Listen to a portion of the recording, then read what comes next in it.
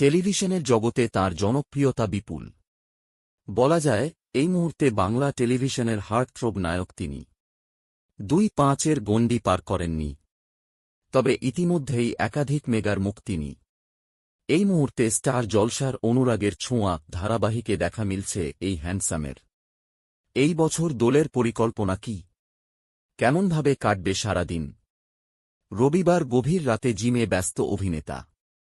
সেসব সেরে ফোনে আড্ডা জমালেন, তখন প্রায় মধ্যরাত ছুঁই ছুঁই।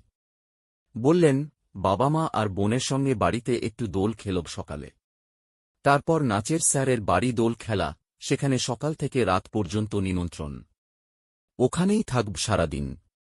রং খেলতে দারুণ ভালোবাসেন দিব্যজ্যোতি। জানালেন, আমার অন্যতম প্রিয় উৎসব দোল। ছোট থেকে যেখানে যেতাম বাদুড়ে রং খুঁজতাম, বেলুন মারতাম, দোলে